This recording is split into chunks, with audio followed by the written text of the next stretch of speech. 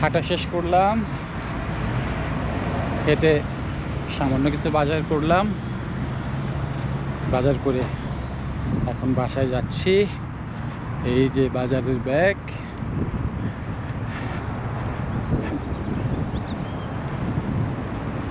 হাঁটতে বের হলে সব প্রস্তুতি নিয়ে বের হতে হয়।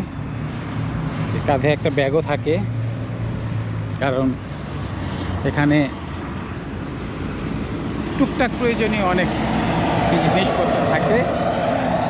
কারণ এই দেশে তো হঠাৎ কিছু প্রয়োজন পড়লে পাওয়া যায় না, আর দোকানপাট তো সচরাচর নাই। রাস্তাটা পার হয়ে নেই।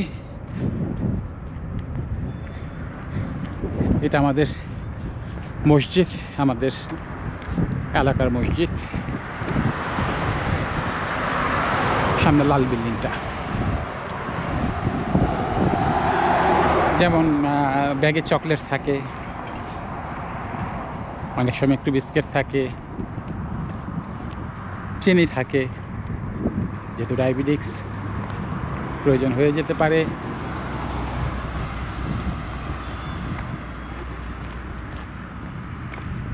দোকান থেকে, যেখান থেকে বাজার করি, ফ্রেশকো সবচেয়ে নিয়ারেস্ট, ওটা থেকে বাসা 1 কিলোর একটু বেশি। হেঁটেই আসি, হেঁটেই যাই টুকটাক, কারণ হাঁটার জন্যই বের হই, মূলত হাঁটার উদ্দেশ্যে বের হয়ে টুকটাক কিছু লাগলে একবারে নিয়ে ফিরি। আর বড় বাজার যেদিন থাকে, সপ্তাহে একদিন, তখন গাড়ি থাকে,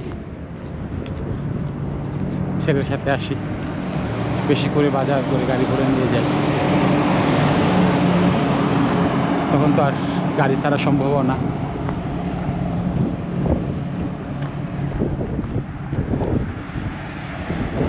এই রৌদ্রটা খুব এনজয় করার মতো। এখনকার যে রৌদ্র, আমি যে হাঁটছি এটা কিন্তু দুপুর টাইম। আমি সাধারণত জোহর নামাজ পড়ে 1:30 পৌনে 2টায় হাঁটার জন্য বের হই। এরপরে বাসায় ফিরে ফ্রেশ হয়ে খাওয়া দাওয়া করি। কারণ এখানকার দুপুর মানেই আবহাওয়াটা খুব ভালো, অন্তত এই সিজনটা। সকালে ঠান্ডা লাগে, জ্যাকেট পরতে হয়। আর জ্যাকেট, গরম কাপড়, এগুলির প্রিপারেশন নিয়ে একটা বিড়ম্বনা। কারণ প্রায় 6 মাস তো কাভারই থাকতে হয়, 5 মাস তো একেবারে ফুল কাভার। মাঝে গত সপ্তাহে 2 দিন আবার মাইনাসে চলে গেছিলো শীত, তখন আর বের হই নাই। এই পার্কটার ভিতর দিয়ে শর্টকাট মারবো। এই পার্কটা আমাদের বাড়ির পিছনে, সবচেয়ে কাছের পার্ক এটা। বাসা থেকে বের হলে 8 মিনিটের মতো লাগে হেঁটে আসতে। মোটামুটি 500 মিটারের মধ্যে। সুন্দর একটা লেক আছে, সুন্দর একটা লেক। লেকের পাড়টা বড় বড় পাথর দিয়ে বাঁধানো, তার বাঁ পাশ দিয়ে হাঁটার জন্য ওয়াকওয়ে করা। আমার খুব ভালো লাগে এই জায়গাটা। এই যে ব্রিজ, পাড়গুলি পাথর দিয়ে বাঁধানো হয়েছে। হ্যাঁ, ওই যে বাঁ সাইডে, লেফট সাইডে পার্কটা, পাহাড়ের মতো ঢালু। এই বাড়িটা, এখানে 2-3টা বাড়ি আছে, যা কিনা একদম লেকের এবং পার্কের পাশেই বলা যায়। পাশেই বলা যায় কি, লেকের পাশে, পার্কের ভেতরেই, পার্কের ভেতরেই। পুরো লেকের পাড় দিয়ে নিচে যেমন হাঁটার জন্য আলাদা জায়গা করা, উপর দিয়েও যে ওয়াকওয়ে হাঁটার জায়গা। আর একটু পরপর বলতে 50 মিটার পরপর এরকম বসার বেঞ্চ, পুরো লেক পার জুড়ে চলছে এরকম বসার বেঞ্চ। একদম এখানে চলে গেছে প্রায় 2 কিলোমিটার বা একটু বেশি হবে, 2 কিলোমিটার একটু বেশি হবে। এই আর কি, চলে আসছি প্রায়। আর একটুখানি সামনে একটা পাহাড়ের মতো ঢাল আছে, বয়স বেড়ে গেছে, অনেকটা কষ্টই হয় ঢালটা উঠতে, কিন্তু কিছু তো করার নাই। এই দেশে কিন্তু কুকুরকে খুব আদর যত্ন করে লালন পালন করা হয়। রাস্তাটা পার হবো, ও গাড়িটা দূরে থামিয়ে দিচ্ছে আমাকে দেখে।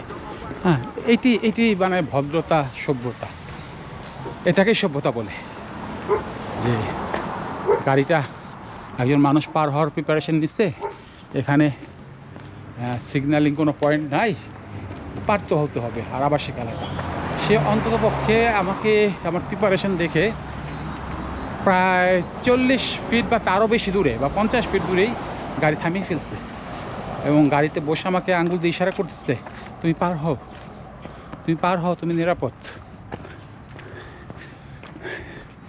এই ঢালটা বেয়ে উঠতে হয়। অবশ্য কানাডার সব জায়গায় রাস্তাঘাট, বাড়িঘর, সব কিছু এমনই উঁচু নিচু। বিভিন্ন জায়গায় এই রাস্তা উঁচু হয়ে গেছে, রাস্তা আবার নেমে গেছে। বাংলাদেশ হলে হয়তো বলতো পাহাড়ি ভূমি, আসলে তা না, এটাই এখানকার নেচার। আমি টার্কিতে এমনই দেখছি, টার্কিতে এমনটাই দেখছি, ইউরোপও নাকি এমনই, আমেরিকাতেও এমনই দেখছি। আমেরিকার মেইন নিউ ইয়র্ক শহরের কিছু অংশ বাদ দিলে আমেরিকাতে এরকমই উঁচু নিচু, এই উঁচু হয়ে উঠে গেছে, এই নিচুতে নেমে গেছে। হ্যাঁ, যে কয়েকটা স্টেটে গেছি এই ডিফারেন্সগুলি পাইছি। আবার ফ্লোরিডা একটু সমতল বেশি মনে হয়েছে, কিন্তু আছে, এমন আছে।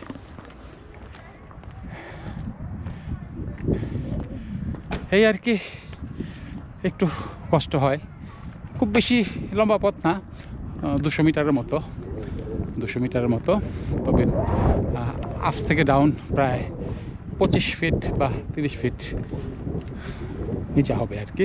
আবার এই ঢালে কিন্তু বাড়ি আছে, হ্যাঁ বাড়ি আছে। এখানকার বাড়িঘর কিন্তু যেটা যে অবস্থায় ভূমির চেহারা আছে সেখানেই বাড়ি হয়। কোনো বাড়ি আছে এমন এলাকাগুলিতে অর্ধেক ঢালে অর্ধেক উঁচুতে, মাটি কেটে সমান করা হয় না, যে সমান করে প্লেন করে বাড়ি করো, না, তা হবে না। নেচারকে ঠিক রেখে, মাটির যে নেচার, ভূমির যে নেচার, ওইটাকে ঠিক রেখেই কনস্ট্রাকশনটা হতে হবে। হ্যাঁ, ওইটাকে নষ্ট করে কনস্ট্রাকশন করা যাবে। চলে আসছি বাসার কাছে, আর কয়েক মিনিট লাগবে। আল্লাহ হাফেজ।